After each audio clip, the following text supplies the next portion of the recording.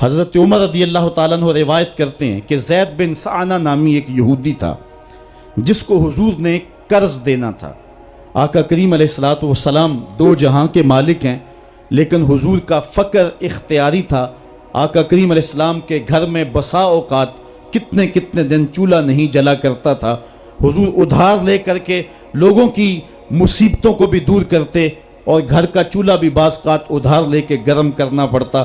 اعلیٰ حضرت فرماتے ہیں مال کے کونین ہیں گو پاس کچھ رکھتے نہیں، دو جہاں کی نعمتیں ہیں ان کے خالی ہاتھ میں۔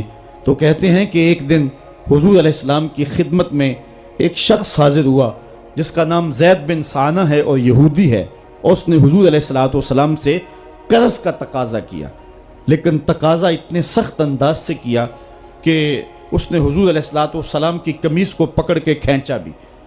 تو حضرت عمر رضی اللہ تعالیٰ عنہ نے جب دیکھا تو بڑے گھور کے اس کی جانب دیکھا اور اس کو پیچھے ہٹاتے ہوئے کہا کہ تجھے شرم نہیں آ رہی کہ اللہ کے رسول کے ساتھ کیسے سلوک کر رہا ہے اور میں تیرے سامنے موجود ہوں؟ تو حضرت نبی رحمت صلی اللہ علیہ وسلم نے حضرت عمر کو کہا، عمر مجھے تجھ سے اس بات کی توقع نہیں تھی۔ ذرا غور کیجئے حضور علیہ السلام کی اس سیرت کے انداز کو۔ ایک شخص آ رہا ہے اور حضور سے سختی کر رہا ہے، ابھی حضور کو قرض لٹانے کی جو تاریخ ہے اس میں بھی 4 دن باقی رہتے ہیں، اور وہ ناجائز سختی کر رہا ہے۔ حضرت عمر رضی اللہ تعالیٰ عنہ نے جب اس کو گھورا اور سختی کی تو حضور علیہ السلام نے فرمایا، عمر مجھے تیرے سے اس بات کی توقع نہیں تھی، تمہارا کام تو یہ تھا کہ مجھے حسن ادا کی تلقین کرتے کہ اچھے انداز سے قرض واپس کرو، اور اس کو جو ہے وہ نرمی کی تلقین کرتے۔ اور پھر آقا کریم علیہ السلام نے فرمایا اس کا قرض ادا کر دو، اور اے عمر جو تم نے اس کو گھورا ہے اس کے بدلے میں 20 وسق زیادہ کھجوریں بھی تم اس کو دو گے۔ تو زید بن سعانہ نے جب حضور علیہ السلام کی اس سیرت اور اس کردار کو دیکھا، اور حضرت عمر رضی اللہ تعالیٰ عنہ 20 وسق اس کو کھجوریں دے رہے تھے، تو اس نے حضرت عمر کو بتایا کہ میں یہودی ہوں اور میں نے تورات کے اندر نبی آخر الزماں کی شان اور عظمتوں کے بیان کو پڑھا ہے، یہ بات ابھی رہ گئی تھی، باقی ساری نشانیاں میں نے حضور میں دیکھ لی تھی، اب یہ نشانی رہ گئی تھی، آج میں نے یہ بھی دیکھ لی۔ اور پھر وہ حضور کی خدمت میں حاضر ہو کر اسلام کے دائرے میں داخل ہو کر حضور کا عبدی غلام بن۔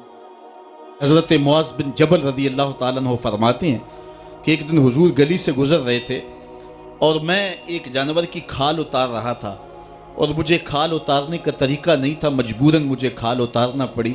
تو حضور گزرے تو مجھے دیکھا کہ معاذ بن جبل کو کھال اتارنا نہیں آ رہی، تو حضور رک گئے اور آقا کریم نے فرمایا، معاذ ٹھہرو ذرا میں تمہیں بتاتا ہوں کہ بکری کی کھال کیسے اتاری جاتی۔ اور آقا کریم آگے بڑھے اور حضور نے خود جو ہے وہ کھال اتاری، اور پھر مجھے فرمایا، معاذ ایسے کھال اتارا کرتے ہیں۔ آج ہم اپنے بڑے پن کو اور اپنی عظمت کو اس انداز سے لوگوں کے سامنے رکھنا چاہتے ہیں کہ ہم جو ہے وہ ٹشو کا ایک ٹکڑا بھی نہیں پکڑ سکتے، اور وہ بھی پکڑانے کے لیے ہمارے پاس ایک خادم موجود ہوتا ہے۔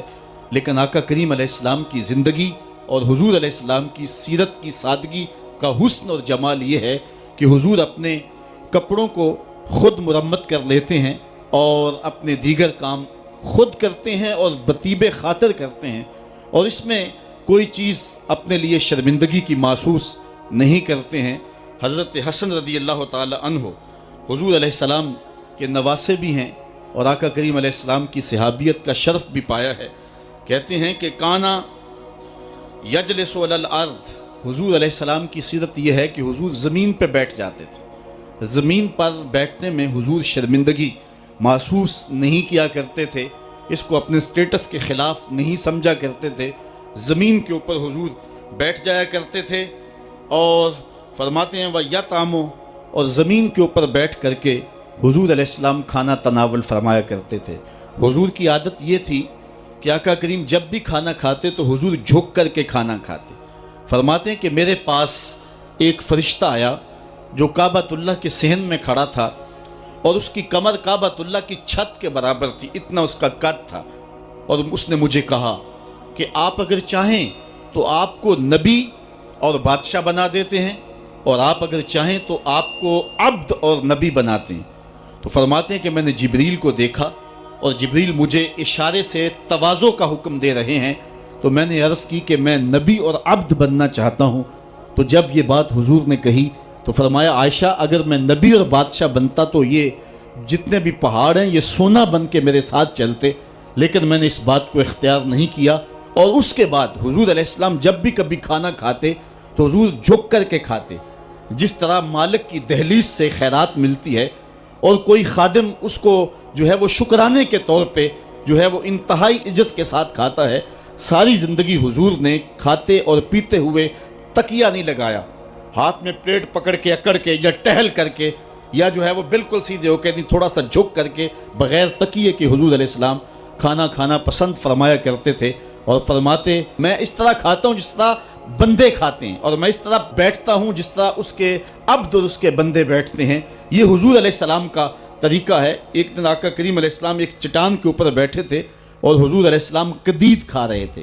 یہ خشک گوشت جو کر کے اس کو بعد میں جب پکایا جاتا ہے تو اس کو قدید کہتے ہیں، یا سرید تھی، حضور کھا رہے تھے۔ تو ایک خاتون وہ گزری اور اس کے بارے میں اہل علم کہتے ہیں کہ وہ بڑی زبان دراز تھی اور وہ مردوں کو بھی ایسی ایسی باتیں کرتی کہ لوگ جو ہے وہ اس کی شر سے بچا کرتے تھے۔ تو اس نے کہا کہ آپ تو ایسے کھا رہے ہیں جس طرح کے عبد کھاتے ہیں۔ تو حضور علیہ السلام نے فرمایا اگر میں عبد نہیں ہوں تو کون عبد ہے؟ فرمایا میں سب سے بڑا عبد ہوں۔ تو جب یہ بات سنی تو اس کے قدم رک گئے اور اس نے حضور علیہ السلام کی خدمت میں عرض کی کہ حضور آپ پھر اکیلے ہی کھا رہے ہیں، مجھے بھی کھلائیں۔ تو حضور نے ایک لقمہ اٹھایا، فرمایا لو تم بھی کھا لو۔ تو اس نے کہا یہ نہیں، بلکہ جو آپ کے منہ میں ہے میں وہ کھانا چاہتی ہوں۔ تو حضور علیہ السلام نے اپنے منہ کا نوالا نکال کر کے اس کے منہ میں ڈال دیا۔ تو کہتے ہیں کہ اس کے بعد کبھی بھی اس کی زبان پر کبھی فحش بات آئی نہیں تھی۔ حضور کے جوٹے کی وہ برکت تھی اور اس کا وہ فیضان تھا کہ اس کے اندر ایسی روشنی ہو گئی۔ پہلے وہ سخت لعان تھی، گالیاں دینے والی تھی اور فحش گفتگو کرنے والی تھی، لیکن حضور علیہ السلام کے جوٹے کی برکت سے اللہ تعالیٰ جل شانہ نے اس کی زبان کو حسن بھی دے دیا اور جمال بھی عطا فرما دیا۔ تو حضور علیہ السلام کی عادت تھی کہ آقا کریم زمین پہ بیٹھ کے کھاتے، جھک کے کھاتے، فرماتے میں ایسے کھاتا ہوں جس طرح عبد کھاتے ہیں۔ وَيَلْبَسُ الْغَلِيظ، اور آقا کریم علیہ السلام موٹے کپڑے پہنتے تھے، باریک ترین کپڑے پہننے سے حضور نے گریز کیا ہے۔ اور یہ وَيُطِيلُ الصَّلَاةَ، اور حضور کی نماز لمبی ہوا کرتی تھی۔ وَيُقَصِّرُ الْخُطْبَةَ، اور خطبہ حضور مختصر فرمایا کرتے تھے۔ وَلَا يَعْنِفُ أَن يَمْشِيَ مَعَ الْأَرْمَلَةِ وَالْمِسْكِينِ فَيَقْضِي لَهُ الْحَاجَةَ، اور حضور علیہ السلام اس بات میں کوئی شرمندگی محسوس نہیں کیا کرتے تھے کسی مسکین، کسی لاچار، کسی بیوہ، کسی یتیم اور کسی مسکین کے ساتھ چلیں اور اس کے کام آئیں اور مصیبت میں اس کا دکھ بانٹ دیں اور اس کی حاجت کو حضور پورا فرما دیں۔ یہ حضور علیہ السلام کی سیرت کے وہ روشن پہلو ہیں کہ آقا کریم علیہ السلام کی سیرت زمانے کے سامنے ایسا نور بانٹتی ہے، ایسے اجالے پھیلاتی ہے۔ ایک شخص نے حضور علیہ السلام سے وعدہ کیا کہ آپ یہاں رکیں اور میں ابھی آتا ہوں، تو آقا کریم علیہ السلام اس کے انتظار میں وہاں رکے۔